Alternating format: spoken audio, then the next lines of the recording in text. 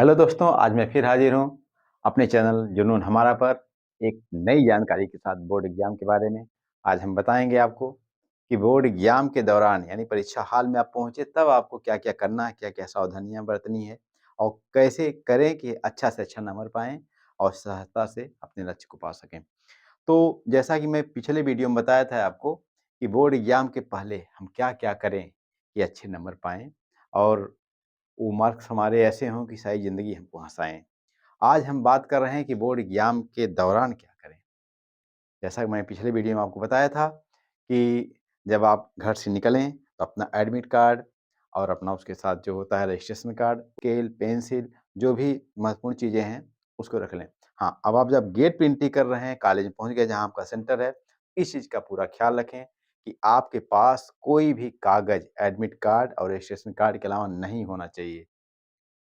इसके बाद जब आप क्लासरूम में जाएँ, जहाँ पे आपको पेपर देना है, तो इस चीज़ का ध्यान रखें कि आप घबराएँ बिल्कुल नहीं। अगर आपका पहला पेपर है, तो स्वाभाविक बात है थोड़ी घबराहट होगी, लेकिन अपने मन को कंट्रोल रखिए कि मुझे घबराना नहीं, मैं जो भी पढ़ी हूँ, जो भी पढ़ा हूँ, सब कुछ वही आना है, वही आएगा और नहीं भी आता है, तो मैं जो भी पढ़ के आया हूँ, उसको मैं अच्छा करूँगा, अच्छा लिखूँगा, अच्छा लिखूँगी।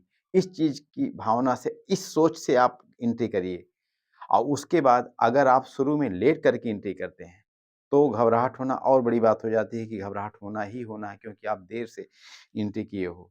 तो कोई बात नहीं, आप क्लासरूम में जाइए, अगर आपको घबराहट ज़्यादा हो रही है, आप महसूस कर रहे हो कि मुझे दिक्कत हो रही है, तो अपनी सीट देख के आप बैठ जाइए और उसके बाद एकदम रिलैक्स होके, आँखें बंद करके कुछ सेकंड, अधिकतम 1 मिनट तक आप लंबी-लंबी गहरी साँस लो, छोड़ो, साँस लो, छोड़ो।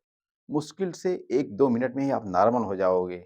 उसके बाद अगर हो सके तो पानी मिल सके, आप मुँह भी धुल सकते हो, नहीं तो कोई बात नहीं है, वो आप नॉर्मल हो जाओगे। उसके बाद आप सावधानी से बैठ जाएँ, इंतज़ार करें घंटी बजने का। जैसे ही कॉपी आपको मिलती है, कॉपियाँ जैसे ही आपके पास आएँ, सबसे पहला काम आपको करना होगा कि जो कॉपियाँ हैं, कॉपियों का प्रत्येक पन्ना पलट-पलट के आपको देखना है कि कॉपी कहीं से डिफेक्टेड तो नहीं है, कहीं से उसमें कोई कमी तो नहीं है, जैसे फटी है, कटी है या कहीं से उखड़ गई है और कहीं-कहीं बीच में कभी-कभी ऐसा होता है कि सादे पन्ने रह जाते हैं। अगर ऐसी कंडीशन है तो बिना कॉपी के कवर पे कुछ भी लिखे, उस कॉपी को जो भी उसमें गार्डी कर रहे हों, जो इन्विजिलेटर हों, उनसे आप कहिए कि सर इसमें कुछ प्रॉब्लम है, इसको आप बदल के हमें दूसरी दे दीजिए।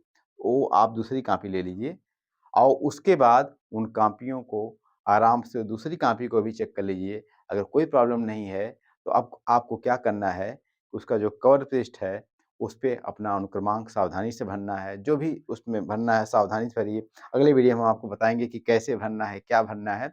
बाकी चीज़ें मैं आपको बता रहा हूँ। कॉपियाँ खोलिए और कॉपी के बाएँ तरफ स्केल लीजिए और 1 लाइन या 2 लाइन आप खींचते जाइए, यानी जो आपकी कॉपी होगी और लंबे साइज़ में होगी, तो जो आपकी कॉपी का बायाँ वाला हिस्सा होगा, उसपे आप स्केल से थोड़ा-सा ज़्यादा दूरी बना के एक-एक लाइन खींचते चले जाइए। प्रत्येक पेज पे वो लाइन आप खींचेंगे, यानी बाएँ साइड में और उसके बाद जब पूरी लाइन खींच लें आप, तो कॉपी के ऊपरी हिस्से पे जो पट्टी चौड़ी-सी होती है, उसमें राइट साइड में, दाहिने साइड में आपको कॉपी के ऊपर दाहिने साइड में एक नंबर लिखा रहता है, कॉपी नंबर।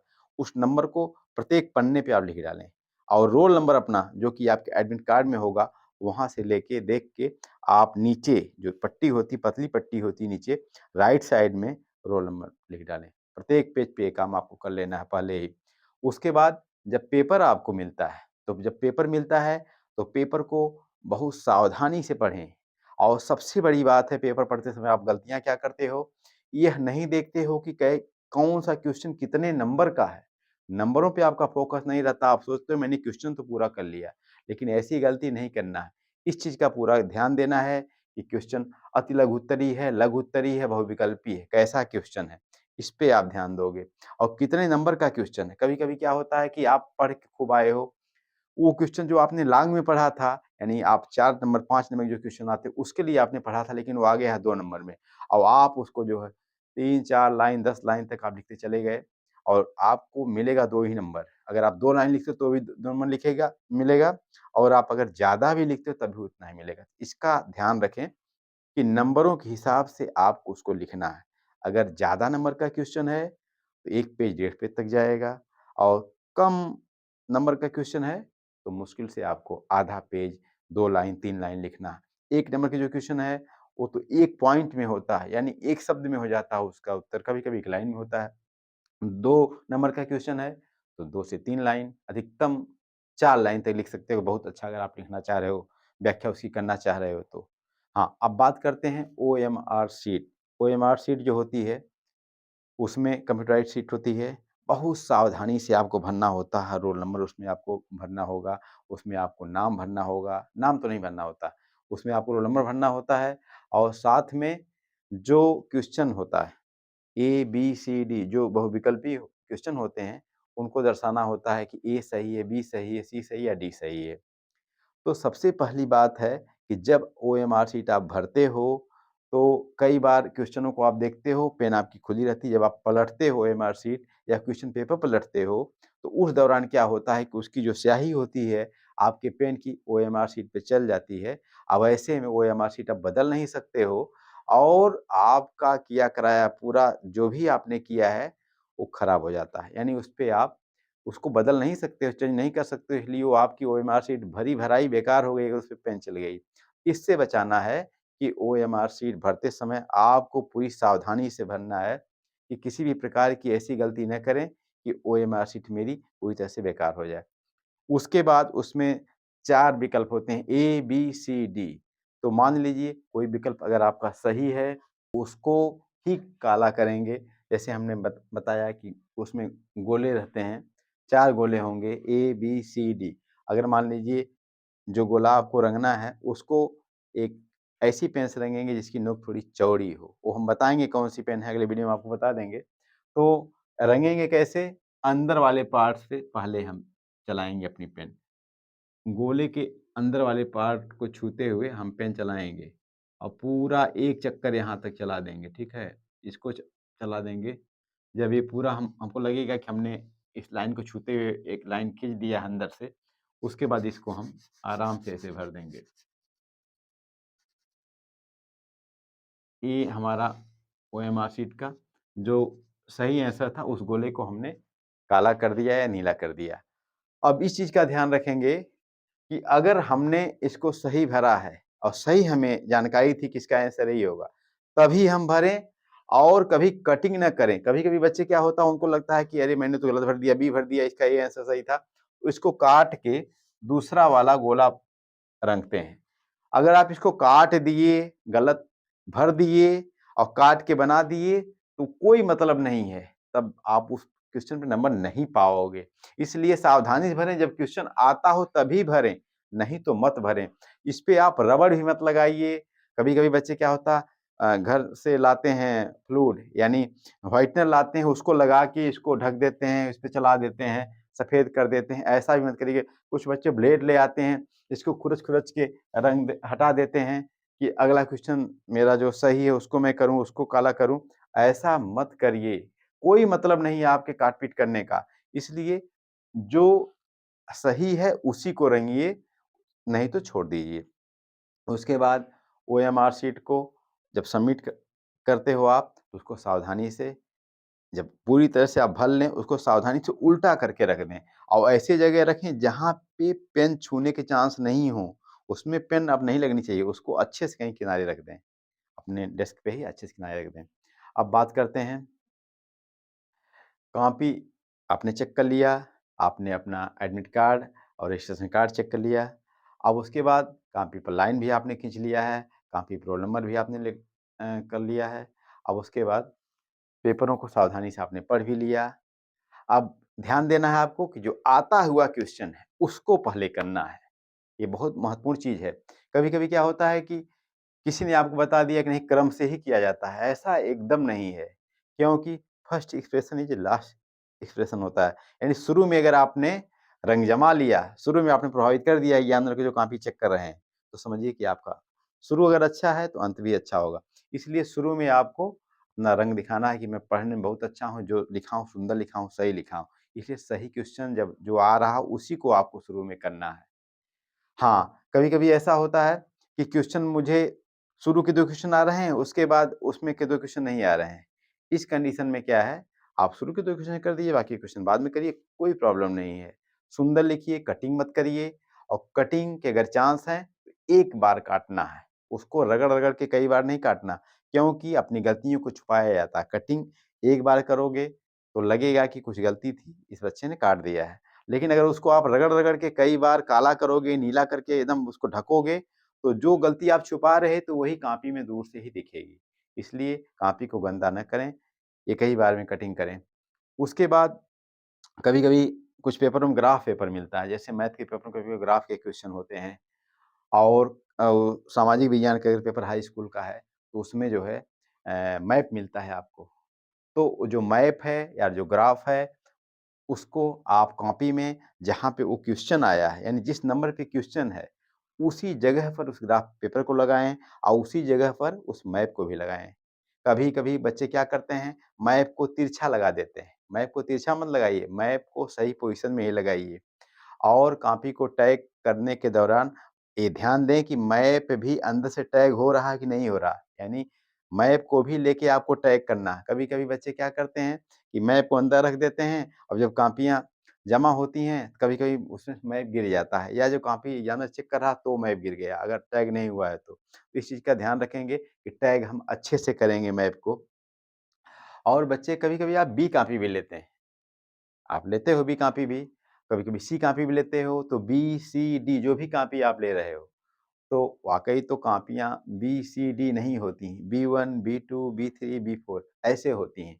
लेकिन कोई बात नहीं, आप जो मूल कॉपी है, यानी जो मुख्य कॉपी जो शुरू में आपको मिलती है, तो उस कॉपी पे अ लिखा रहता है या ए लिखा रहेगा।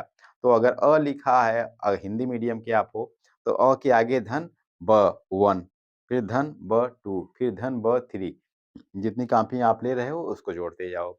अगर आप इंग्लिश मीडियम के हो तो ए प्लस बी1 फिर प्लस बी2 ऐसे आप उस पे लिखते जाना।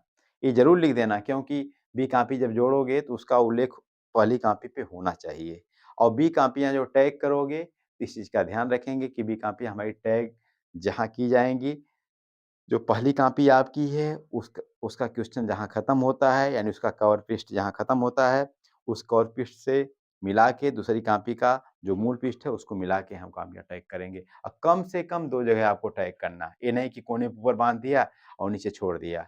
तो आपको 2 जगह टैग करना है कि कॉपी आपकी बढ़िया से टैग हो जाए। हाँ, उसके बाद जब आपकी कॉपियाँ पूरी तरह से टैग हो गई, सावधानी से आपने कॉपियों पे रोल नंबर अपना भर लिया, बी कॉपी पे और उसके बाद जब पूरे क्वेश्चन आपने कर लिया, तो एक बार आप पूरी कॉपी को यानी पहले क्वेश्चन से लेके आखिरी क्वेश्चन तक देख लें। कहीं कोई कमी है, कोई क्वेश्चन छूटा है तो उसको पूरा कर लें। कभी-कभी बीच में 1-2 पन्ने सटे रह जाते हैं, तो सादे रह जाते हैं, उस पे आप निशान तिरछा लगा के उस पे पीटीओ लिख के आगे बढ़ जाइए। इस चीज़ का आपको पूरा ध्यान देना है। और उसके बाद जब भी आपके मन में नेगेटिव ख़्याल आए, उससे बचना है। एकदम ये मानिए कि जो आप लिख रहे हो, सही लिख रहे हो। और कभी-कभी ऐसा होता है कि कोई क्वेश्चन आपको आ ही नहीं रहा, एकदम नहीं आ रहा, आपने उसको पढ़ा ही नहीं है। इस कंडीशन में कॉपियों पे आपको क्या करना है कि वही क्वेश्चन डालना है जो क्वेश्चन उसमें पूछा है, हेडिंग में तो वही डालेंगे। उसके बाद जो भी आप पढ़े हो, जो भी आपको याद है, उसको लिख डालेंगे। क्योंकि कभी-कभी क्या होता है कि एग्ज़ामिनर जब लय में होता है, कई कॉपियों को चेक करता है, तो उस दौरान जब आप वो क्वेश्चन सामने आता है, तो वह ध्यान बहुत नहीं देता है कि उसके अंदर क्या लिखा है। वो देखा कि हाँ, क्वेश्चन का आंसर इस बच्चे ने लिखा है, हेडिंग डाला है और सुंदर लिखा है। अगर 4 नंबर का क्वेश्चन है, तो 3 नंबर 4 नंबर मिल ही जाता है। लेकिन अगर आप कॉपी पे वो क्वेश्चन छोड़े रहोगे, तो 0 नंबर मिलेगा। इसलिए और मान लीजिए एग्ज़ामिनर चेक कर लिया आपने गलत लिखा है, तब भी 0 मिलेगा, छोड़ा तब भी 0 मिलेगा आपको। लेकिन जब आपने उसको लिख दिया, गलत ही सही, लेकिन अगर अच्छे से नहीं पढ़ा गया, उस पे ध्यान एग्ज़ामिनर का नहीं गया, तो आपको पूरा का पूरा नंबर मिलता है। इसलिए कोई क्वेश्चन छोड़े नहीं, सभी क्वेश्चन आपको पूरा करना है, हर हाल में पूरा करना है। समय का बढ़िया से ध्यान देना है कि हमको समय का ध्यान में रखते हुए क्वेश्चन पेपर को हल करना है। कभी-कभी क्या होता है कि कोई क्वेश्चन आपको बहुत बढ़िया से आ रहा है, तो बहुत लंबा आप लिखते हो और दूसरा क्वेश्चन जो है और क्वेश्चनों को पे आपका फ़ोकस उतना नहीं हो पाता है, समय बाद में कम पड़ जाता है। इससे आपको बचना होगा, क्योंकि अगर आपका क्वेश्चन जो है पूरी तरह से नहीं कंप्लीट हुआ, तो कितना भी अगर आप अच्छा किए रहोगे, अगर 1-2 क्वेश्चन छूट गया, तो आपका जो संपूर्ण नंबर होगा उसको प्रभावित कर देगा और आपकी जो ख़्वाहिश होगी, तमन्ना होगी टॉप करने की या बहुत अच्छा नंबर पाने की, उससे आप अछूते रह जाओगे। इसलिए बच्चों रिलैक्स मोड में जाइए, बस आप ये सोच के आइए कि मैं जो भी पढ़ी हूँ, जो भी पढ़ा हूँ, बहुत अच्छे से तैयारी किया हूँ, घबराहट बिल्कुल ना रहे, बिल्कुल नॉर्मल ढंग से आइए। एकदम रिलैक्स मूड में एन्जॉय करके आप एग्ज़ाम दीजिए। आपको निश्चित रूप से अच्छा नंबर मिलेगा, हमारी शुभकामनाएँ हैं। हाँ, ये ज़रूर मैं आज कह रहा हूँ आपसे कि आप ऐसे करके देखिए, आपको अगर अच्छा नंबर नहीं मिले तो कहिएगा। और आप लोगों से मैं चाहूँगा कि जब आप मेरी वीडियो को देखिए तो पिछला वीडियो ज़रूर लिंक डिस्क्रिप्शन बॉक्स में होगा उसका लिंक, वहाँ ज़रूर देख लीजिएगा, क्योंकि इसके पहले की जो सावधानियाँ हैं, जो कुछ करना है मैंने बहुत अच्छे से समझाया है, बताया है, तो आपको बड़ी अच्छी मदद मिलेगी और एग्ज़ाम के ठीक पहले मेरा वीडियो आप देख के घर से निकलें। और पिछले वीडियो का लिंक मैं डिस्क्रिप्शन बॉक्स में डाल दे रहा हूँ। बच्चों थैंक यू, अपना ख़्याल रखना। ढेर सारी